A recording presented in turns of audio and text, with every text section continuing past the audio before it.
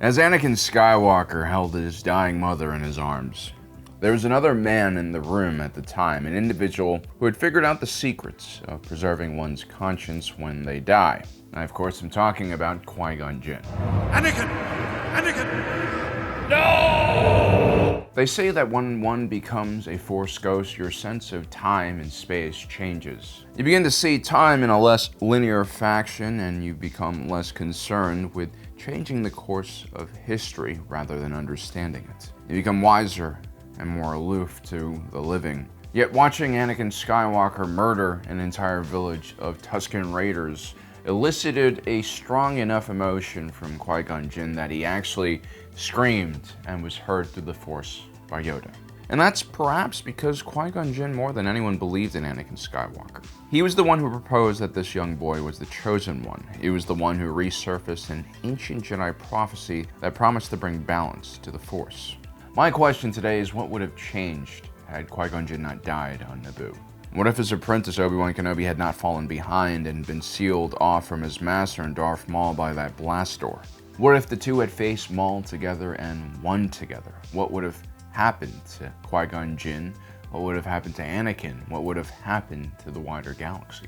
Qui Gon Jinn's death had a huge impact on the Jedi Order. Although it's not talked about much in the prequel movies, supplementary novels and comics would paint a more comprehensive picture of who Qui Gon Jinn was and what his role in the Jedi Order actually was. To understand Qui Gon Jinn, we have to understand his master. Every Jedi has basically two masters. First, you have the Jedi Order as a collective when you're young, and then when you become a Padawan, you have your actual master, who teaches you as an apprentice. In this case, for Qui Gon Jinn, it was Dooku. Dooku was an intimidating Jedi Master and was very demanding. He could seem cold and aloof, but he merely held his apprentices to the same high standards he gave himself. And while Dooku and Qui Gon Jinn were very different from a personality standpoint, Dooku really appreciated and respected Qui Gon Jinn's honesty and also strong sense of self.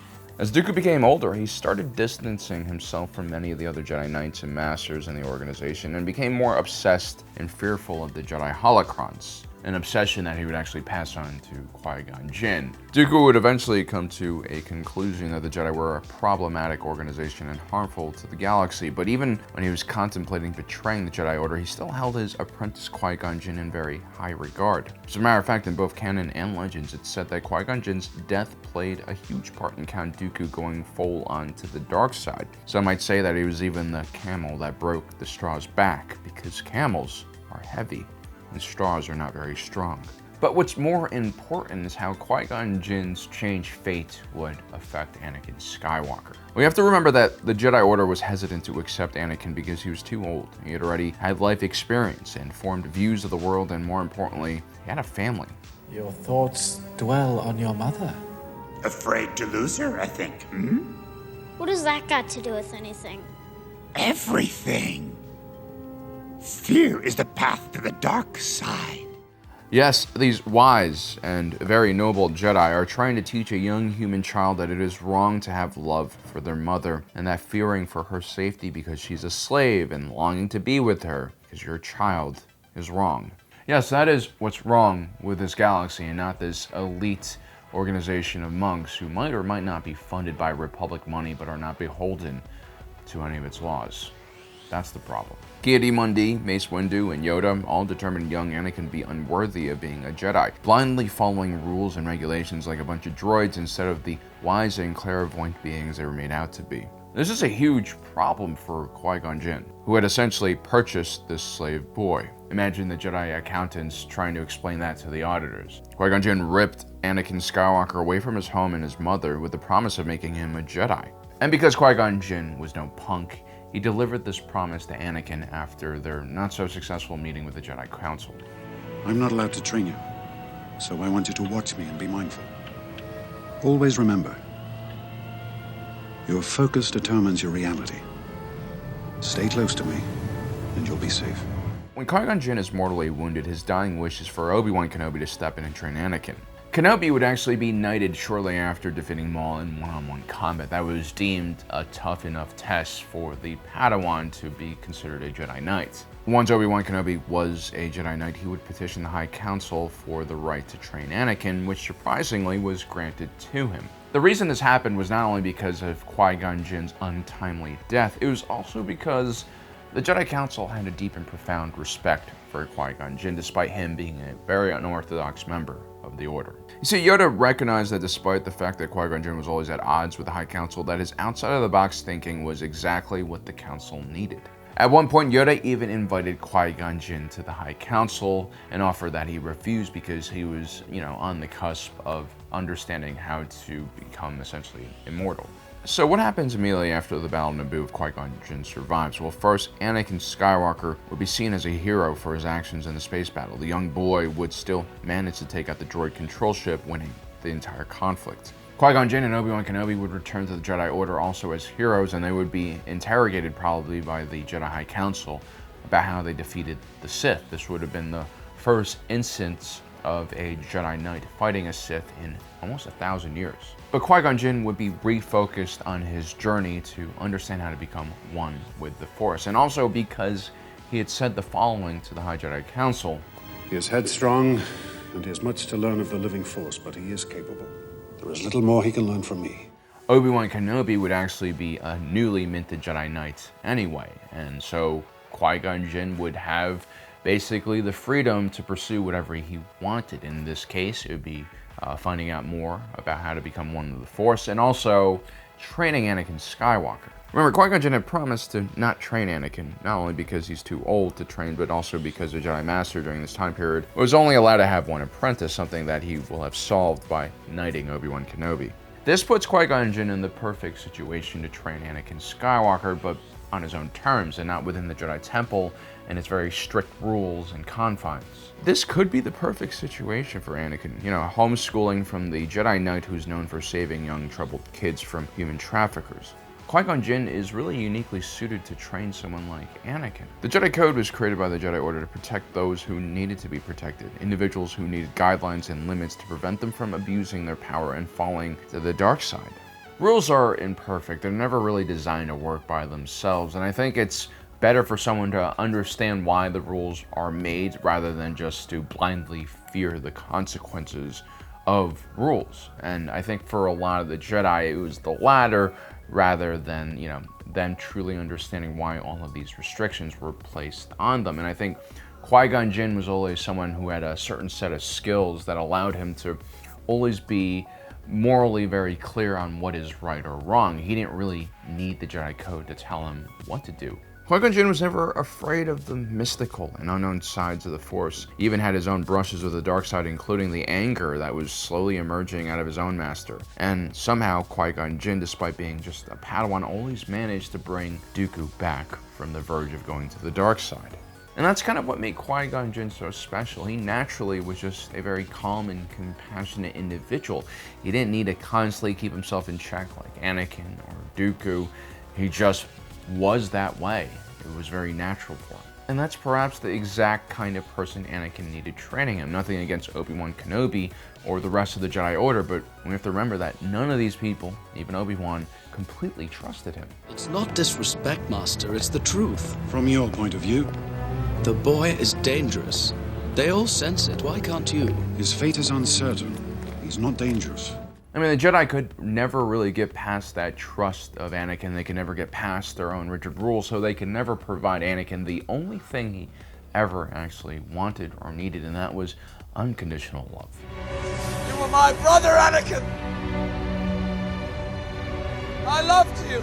And with his mother gone, Anakin basically attached himself to Padme, who was the last person who really unconditionally loved him for who he was, and I think that ultimately was his downfall because he had to hide this emotion that he could not get rid of. Anakin also greatly struggled as a latecomer to the Jedi Order. He had the weight of being the chosen one placed on his shoulders, yet he was behind on his studies because he had been raised outside of the Order for so long. And so naturally, the other Jedi younglings and Padawans saw Anakin as an outsider and teased him for it. Even Jedi teens can be ruthless to those who are different. The Jedi Order, like any larger organization, had a standard curriculum which was really designed for the masses. It worked okay for the average Force user who came to the Order, but it utterly failed individuals like Anakin, who again needed special treatment and training. Well, actually the only thing Anakin ever needed to grow to his full potential was perhaps just his mother. The Jedi were never able to see that this boy had trauma from being a slave and from having such an uncertain future. Anakin was an immensely powerful individual, but at the end of the day, he was just a young boy who didn't want to go to bed alone. To not take this powerful side of human psychology and developmental needs into account was the Jedi Order's greatest failing with Anakin. It's something that Qui Gon Jinn, with his immense empathy and understanding, would probably get.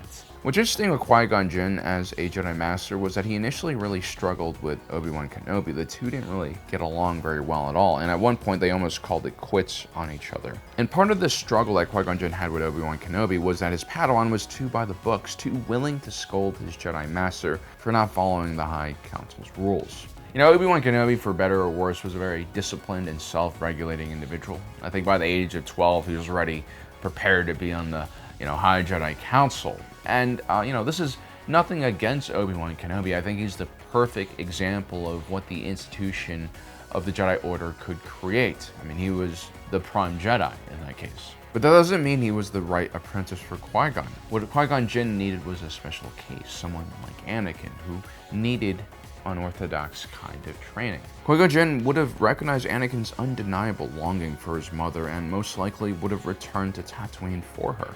And that's because Qui-Gon Jinn's always had a very different view on attachment from the rest of the Jedi Order. He actually believed that attachment was okay as long as it wasn't possessive or obsessive. He understood that great strength and positivity could be created by love, and that Anakin's love for his mother could be his anchor and not his crutch. I mean, seriously, think about it. Every time Anakin lashes out, it's usually because of love. He killed the Tuskens because he loved his mother so dearly. He nearly cuts Barriss Offee in half for framing his apprentice Ahsoka Tano, someone he loved very much. And he also cuts Count Dooku's head off because the Sith Lord had threatened his mentor and friend Palpatine. Anakin became a Sith not because he longed for power, but because he believed that power could save his loved ones. It's a unique twist of a Jedi falling to the dark side, and it's what makes Anakin very different from other Sith or fallen Jedi who could not be redeemed. Anakin never felt comfortable living within the confines of the Jedi Order and expressed this on many occasions. It's a sign that many of the Jedi just ignored.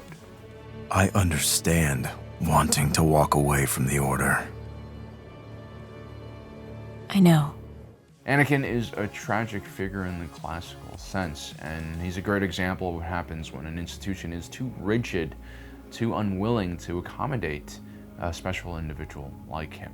And that is why, Qui-Gon Jinn homeschooling him is actually a really good thing. Now, Qui-Gon Jinn already was doing his own thing, trying to become one with the Force, and this would have been a very soothing and good experience for Anakin, who was one of the most powerful Jedi in his generation. With Anakin's help, it's very likely that Qui-Gon Jinn would have found the secrets of becoming one with the Force before the Clone Wars even started, and this would be a huge deal. And Qui-Gon's ability to connect to the cosmic force could reveal things about the Sith's wider plot to destroy the Republic and the Jedi. Qui-Gon Jinn, in many ways, was meant to save the Jedi from their own rigid thinking. Had he not been cut down by Darth Maul that day on Naboo, he could have greatly changed the course of galactic history, and maybe he could have even saved the Jedi. So there you have it, guys. That is my what-if story about Qui-Gon Jinn. I think he is definitely one of the most important figures during the prequel series, and he's unfortunately an individual that didn't really get to flesh out his full story because of that Dathomiri Sith assassin. Well, guys, I hope you enjoyed today's episode. Don't forget to subscribe and hit that notification button down below so you don't miss out on the rest of our awesome content. And as usual, my name is Alan, reminding you that my allegiance is to the Republic, to democracy.